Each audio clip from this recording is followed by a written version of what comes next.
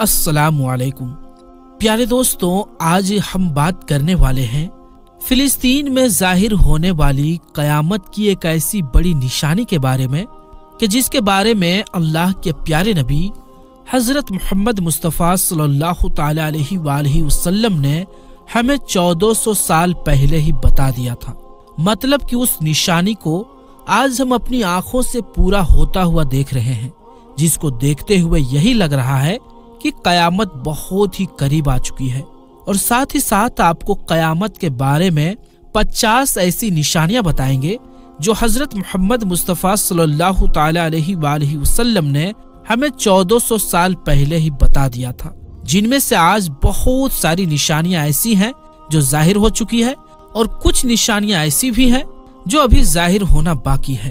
प्यारे दोस्तों, कयामत बहुत जल्द आने वाली है, इसीलिए आज की ये वीडियो आपके लिए बहुत ही खास है। आप इसको पूरा आखिर तक जरूर देखिएगा। तो चलिए वीडियो शुरू करते हैं। दोस्तों, सबसे पहले तो आपको बता दें कि कयामत का दिन उस दिन को कहते हैं जिस दिन सारे इंसान, जानवर, पंछी, दरिंदे, यहाँ तक कि जिन जिन चीजों के अंदर जान मौजूद है सब के सब मर जाएंगे। पूरी दुनिया खत्म हो जाएगी। पहाड़ रुई की तरह उड़ते फिरेंगे, सितारे टूट कर गिर पड़ेंगे और हर चीज टूट फूट कर फना हो जाएगी। दोस्तों, कुरान पाक में अल्लाह तबारक व तआला ने कयामत के उस खौफनाक दिन के बारे में बताया कि कयामत का दिन जरूर आएगा, जिस दिन के आने से पहले पहले ही लोगों को अपने गुनाहों की माफी और अल्लाह से तौबा कर लेनी चाहिए। कुरान पाक में बताया गया है कि कयामत के दिन सूरज जमीन के इतना करीब आ जाएगा, यानी इतना सामने आ जाएगा कि जमीन पीतल की बन जाएगी। और वो दिन जुम्मे का दिन होगा, मुहर्रम की 10वीं तारीख होगी। दोस्तों, बैतुल मुकद्दस अंबिया इकराम की सरजमीन है जो फिलिस्तीन में मौजूद है। इसके बारे में अल्लाह के प्यारे नबी ने इरशाद फरमाया कि बैतुल मुकद्दस इस दुनिया में बनाई गई दूसरी मस्जिद है और ये मक्का और मदीना के बाद मुसलमानों के लिए तीसरी सबसे मुकद्दस और पाक जगह है। और यही नहीं, अल्लाह के प्यारे नबी सल्लल्लाहु तआला अलैहि वसल्लम ने 16 या 17 महीनों तक इसी मस्जिद की तरफ, यानी कि मस्जिद अक्सा की तरफ रुख करके नमाज भी पढ़ी है। तो इससे ये साफ हो जाता है कि अल्लाह के प्यारे नबी को इस मस्जिद से बेइंतहा मोहब्बत रही है। और इसके बारे में ये भी कहा जाता है कि ये वही मुकद्दस और पाक जगह है जहाँ से कयामत की बड़ी निशानियों की शुरुआत होगी। कयामत की निशानियों में से एक बड़ी निशानी हजरत ईसा अलैहिस्सलाम मुल्क शाम की एक जामा मस्जिद की मीनार पर आसमान से उतरेंगे और फिलिस्तीन की एक जगह जिसे बाबे लूत कहा जाता है, वहीं पर हजरत ईसा अलैहिस्सलाम दज्जाल का कत्ल करेंगे, यानी दज्जाल को मार डालेंगे। और यही नहीं, इसी शहर से याजूज माजूज का दंगा फसाद भी शुरू होगा, जिसके बारे में हम पिछले एक वीडियो में बात कर चुके हैं।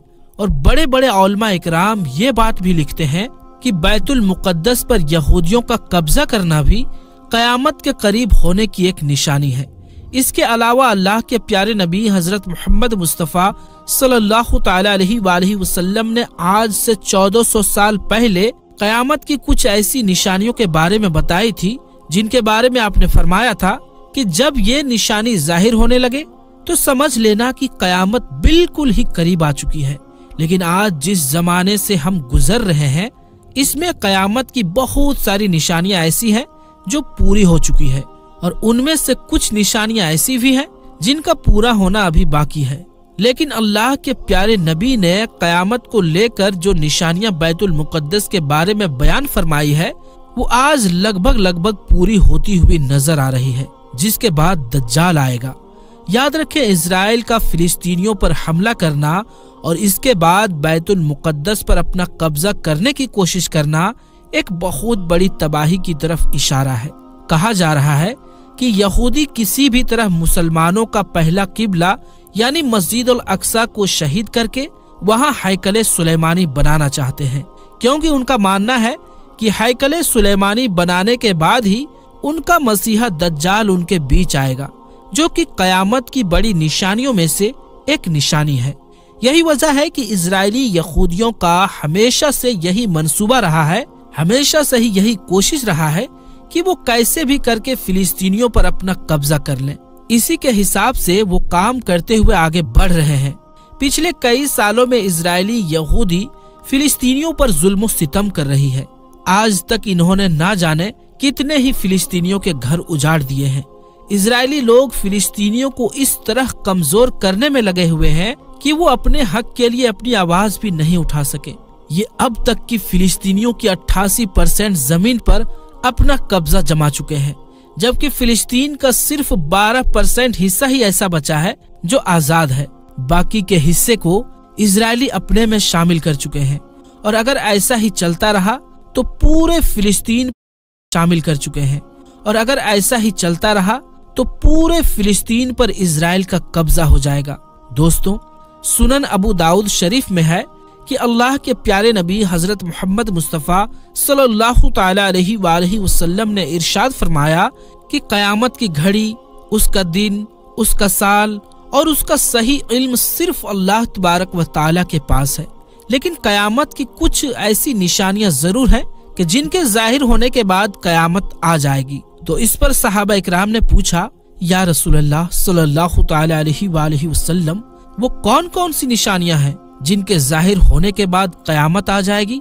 तो इस पर अल्लाह के प्यारे नबी हजरत मोहम्मद मुस्तफ़ा सल्लल्लाहु तआला अलैहि वसल्लम ने इरशाद फरमाया कि वो वक्त करीब आ रहा है और बहुत ही जल्द तुम्हारे बीच में आ जाएगा जब सारे कुफार मुत्तहिद होकर, यानी कि एक होकर तुम्हारे सामने आ जाएंगे। मतलब कि सारी कुफ्र की ताकतें एक जगह पर हो जाएंगी और फिर वो सारे के सारे मिलकर एक दूसरे को तुम्हारे बारे में इस तरह से बुलाएंगे जैसे कि प्लेट एक हो और खाने वाले बहुत ज्यादा हों और आपस में उन सब का इत्तेफाक भी होगा, यानी सब राजी भी होंगे। इसका मतलब ये है कि अल्लाह के प्यारे नबी ने इरशाद फरमाया कि दुनिया में एक ऐसा वक्त आएगा कि उस वक्त मेरी उम्मत एक प्लेट की तरह होगी और उसके दाएं बाएं चारों तरफ दुश्मन एक होकर आएंगे और एक दूसरे को दावत दे रहे होंगे कि तुम भी हमारे साथ मिलकर शामिल हो जाओ और मिलकर इन मुसलमानों पर हमला करो। आज ऐसा होते हुए हम अपनी आंखों से देख रहे हैं। आज इजराइल सारे कुफार को दावत दे रहे हैं कि आओ और हमारे साथ मिलकर इन फिलिस्तीनियों का खात्मा करो। और आपने देखा भी होगा कि इजराइल की दावत पर अमेरिका जैसा देश उनकी मदद का ऐलान भी कर चुका है और अभी तक इन लोगों ने मिलकर कितने ही फिलिस्तीनियों को तबाह बर्बाद कर चुके हैं। खैर, अल्लाह के प्यारे नबी का ये फरमान सुनकर सहाबा इकराम कहने लगे, या रसूलल्लाह सल्लल्लाहु तआला अलैहि वसल्लम, क्या उस वक्त हम यानी मुसलमान तादाद में बहुत कम होंगे या हमारे पास में उस वक्त असलहा नहीं होगा यानी बारूद नहीं होगा? क्या उस वक्त हमारी ताकत बहुत कम होगी? तो इस पर अल्लाह के प्यारे नबी हजरत मोहम्मद मुस्तफ़ा सल्लल्लाहु तआला अलैहि वसल्लम ने फरमाया कि नहीं, उस वक्त तुम्हारी तादाद बहुत ज्यादा होगी, तुम्हारे पास असलहा भी होगा, बारूद भी होगा, ताकत भी बहुत ज्यादा होगी, लेकिन उसके बावजूद भी तुम कमजोर हो जाओगे। वो इसीलिए कि उस वक्त तुम सैलाब के झाग की तरह हो जाओगे। याद रखिए, अल्लाह के प्यारे नबी ने आज से 1400 साल पहले जो फरमाया था वो आज सच साबित हो चुका है। यही वजह है कि आज दुनिया के सारे इस्लामिक देश एक झाग की तरह बन गए हैं। आज मुसलमानों के पास फौजें हैं, हथियार हैं, तादाद में भी ज्यादा हैं, ताकत भी कम नहीं है, लेकिन इसके बावजूद भी आज हम प्लेट की तरह कुफार के सामने पड़े हुए हैं। और यही नहीं, इसके आगे अल्लाह के प्यारे नबी ने इरशाद फरमाया कि अल्लाह ताला तुम्हारे दुश्मन के सीनों से तुम्हारा डर निकाल देगा और तुम्हारे दिलों में दुश्मन का डर डाल देगा। तो समझ लेना कि कयामत करीब आ चुकी है। आज ऐसा भी हम अपनी आंखों से देख रहे हैं। आज हम अमेरिका से डर रहे हैं इसीलिए कि हम तबाह बर्बाद हो जाएंगे, हमारे सारे कारोबार ठप पड़ जाएंगे। तो ऐसा भी होता हुआ आज हम अपनी आंखों से देख रहे हैं। एक सहाबी ने अर्ज किया कि या रसूलल्लाह सल्लल्लाहु तआला अलैहि वसल्लम, उस वक्त मुसलमानों की ऐसी हालत क्यों होगी? मुसलमान इस हालत में क्यों पहुंचेंगे? इतनी कमजोर हालत में हम क्यों आ जाएंगे? तो ये सुनकर अल्लाह तबारक व ताला के प्यारे नबी ने फरमाया कि उस वक्त मुसलमान दुनिया से प्यार करने लगेंगे और मौत से डरने लगेंगे। मेरे दोस्तों, आज ऐसा भी मुसलमानों के साथ हो रहा है। आज मुसलमान दुनिया से प्यार करने लगे हैं और मौत से उन्हें नफरत हो गई है। यही वजह है कि आज मुसलमान कमजोर पड़ चुके हैं। याद रखें, मौजूदा हालात में इजराइल और फिलिस्तीन के बीच जो हमला चल रहा है, ये असल में पूरी दुनिया के मुसलमानों के लिए एक बहुत बड़ा खतरा है। लेकिन अफसोस, आज पूरी दुनिया के मुसलमानों में से कोई भी मुल्क यानी देश ऐसा नहीं है जो कि आगे बढ़कर इन फिलिस्तीनियों की मदद करे। 57 मुस्लिम देशों का ग्रुप होने के बावजूद भी कोई भी इस्लामिक मुल्क इन फिलिस्तीनियों की आवाज बनने के लिए तैयार नहीं है। जब अमेरिका, फ्रांस और कई कुफार देश खुल्लम खुल्ला ऐलान करके इजराइल का साथ देने के लिए तैयार हैं, लेकिन पता नहीं आखिर इन मुस्लिम देशों की खामोशी के पीछे इनका क्या राज छुपा हुआ है। और आज इन हालात में मुसलमान ताकतवर होने के बावजूद भी कमजोर नजर क्यों आ रहे हैं? आज फिलिस्तीनियों की मदद के लिए मुस्लिम देश आगे क्यों नहीं बढ़ पा रहे हैं? दोस्तों, अल्लाह के प्यारे नबी सल्लल्लाहु अलैहि वसल्लम ने फरमाया कि अगर ये काम होने लग जाए तो फिर इंतजार करना उस चिंगाड़ का जो तुम्हारे दिल को दहला देगा। इसका हवाला है कंजुल उम्मल जिल्द नंबर 14 सफा नंबर 513 और 14। ये 50 निशानियां उसमें बयान की गई है, जिनके बारे में जानकर और आज के हालातों को देखकर आप भी हैरान होने वाले हैं। नंबर 1 पर कबीरा गुनाहों को हलाल ठहराया जाएगा, यानी कि बड़े से बड़े गुनाह करके भी लोग समझेंगे कि ये हलाल है। नंबर 2, तलाक को खेल समझा जाएगा। नंबर 3, औलाद दिल की घुटन बन जाएगी। नंबर 4, शराब आम हो जाएगी। माय 11 सर्कल में 1 करोड़ से तो बस शुरुआत है, तो सोचो कितनी बड़ी बात है। नंबर 5, अल्लाह के हुक्म को तोड़ा जाएगा।